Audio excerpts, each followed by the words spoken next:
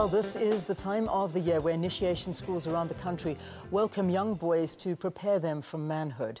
But over the years, the cultural practice has been marred by illegal schools and botched circumcisions, resulting in deaths.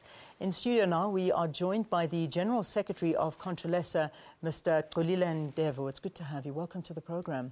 Thank you.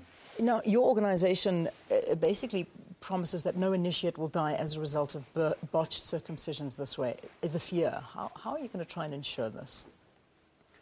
Len, thank you very much. You know, we, as CONTRALESA, we have just launched that program a week ago. Well, our intention is to ensure that we mobilize our colleagues, which is traditional leaders from all provinces that are practicing this ritual. And then we are going to partner together with the Department of Health and other NGOs like CONTRALESA, for example. Yeah. So, but the reason is we want to make sure that as CONTRALESA, we get in on areas where there are these problems. Because remember, we can't tolerate, you know, this element of people dying on the initiation schools. And you must remember that this is an old ritual that has been performed from ages ago. Yeah, yeah. And then we need to take it back to its own, owners, which is traditional leaders. So in this time now, we want to make sure that all traditional leaders are getting hands-on. Yeah. So we will make sure that we deploy some of our NEC members in each and every province, in each and every team that is actually on the ground. So obviously I would imagine the Eastern Cape is the province that really is going to need more attention than others. You spoke about the hotspots where these illegal schools are found. I mean, last year alone, 50 children or 50 young boys dying in the Eastern Cape through initiation. Yeah, you know, Eastern Cape, it remains a hotspot in terms of this. But what we need to do is to bring the ritual back to its rightful owners. We need to make sure that traditional leaders are hands-on. We need to make sure that parents are hands-on.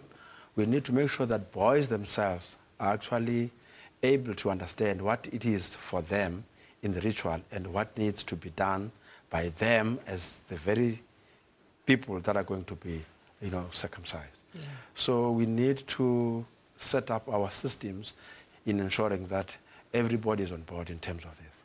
Is there a database? Do you, as CONTRALESA, have a database where you have legitimate initiation schools that parents can choose from, knowing that their children are going to be safe? No, not really for now. I mean, what we are planning to do is to set up our systems, make sure that the initiation schools are registered at the great places in areas where there are traditional leaders. Yeah. They must get registered there. Parents must make sure that when the time comes, those who are going to take their boys to the initiation schools, they must make sure that they register their boys at the traditional places, in the headmen's and senior traditional leaders places. And then from there, they must make sure that they take the boys to the hospitals for screening and all. And then when they're back from there, then they can practice a safe circumcision. Yeah. Is that not really the problem, perhaps? I mean, are these initiation schools, are they registered? I mean, do you have to go through a registration process in order to be a legitimate initiation school, or is it still open at this point in time? It's not really regulated at all? No, it is regulated. There is, there are provinces who have got pieces of legislation that are regulating the very same system. So how do the illegal schools operate and so freely? No, you have ignorant people. You have people who don't take this serious. The people who are able to operate illegal circumcision schools, though they know that there is a piece of legislation that regulates the very same ritual. So we want to uproot all those things now, because we need to make sure that people understand what needs to be done when the season comes. Yeah. So we don't want to see any illegal initiation schools anymore. Yeah. What is the punishment if you do come across one? What will happen? Look, the rural communities, the traditional communities are communal people. At that level, there are meetings or imbizos that are taking place where people themselves regulate at their own communal areas to say if one does A, and then B will take place. And if one commits B, C will take place. That's all that is taking place at the moment. That's what's going on. Yes. I get back to your original point of parents and how parents need to be more involved. Do you think that could also be a massive reason?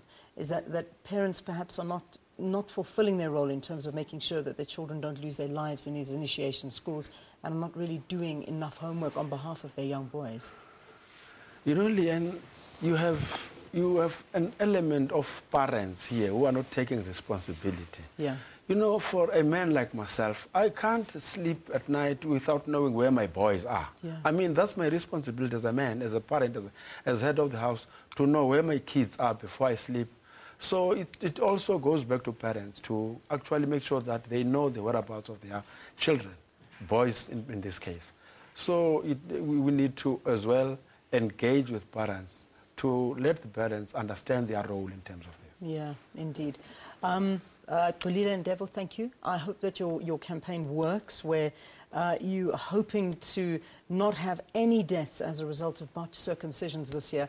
Just in the Eastern Cape alone, 50 young boys died last year due to these illegal operations that are taking place in the rural areas when it comes to these initiates. So it's not a good story. But Xolile, thank you very much for talking to us here on the program. He is from CONTRALESA. He is, of course, the General Secretary. All right, we promised you a traffic update a bit earlier, thank you. We promised you a traffic date, now it's time to speak to Rob. Rob, anything new to report on the roads? Yeah, massive problem this morning, Leanne. Coming into Joburg from the east, out of Boksburg, Benoni, and coming in from the airport or off the R21 into Galulis has been a very serious, horrific crash this morning. It's fatal, unfortunately, just before Galulis on that N12 and R24 run into Joburg. It is going to be a problem for a while. The N12 coming out of Benoni, Boksburg queues heavily from Jet Park Road. That'll be back to the R21 shortly, and the R24 coming from the airport or off the R21 queuing heavily from Barber Road. So look at alternative routes this morning from the east. Just give Galulis interchange a big miss on that route.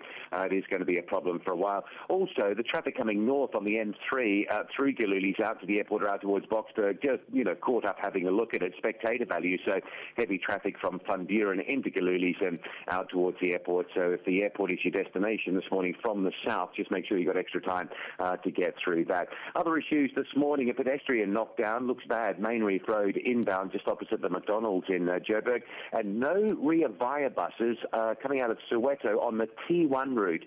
There's some illegal strike action by drivers this morning. Ria Via, the rest of their network is running, but it's just that T1 that comes out of Soweto along the Soweto highway that is disrupted because of that illegal strike action, so you won't get buses there. Now, a big problem this morning, there's two of them, one going into Durban on the N3, overrunning roadworks into this morning's peak hour, big backlogs through Pinetown on the M13, onto Paradise Valley, and then down towards Pavilion, the N3 backing up from the M7. You can sort of come out of Pinetown, take the M7 down to Queensborough, N2 north into Spaghetti Junction to avoid that.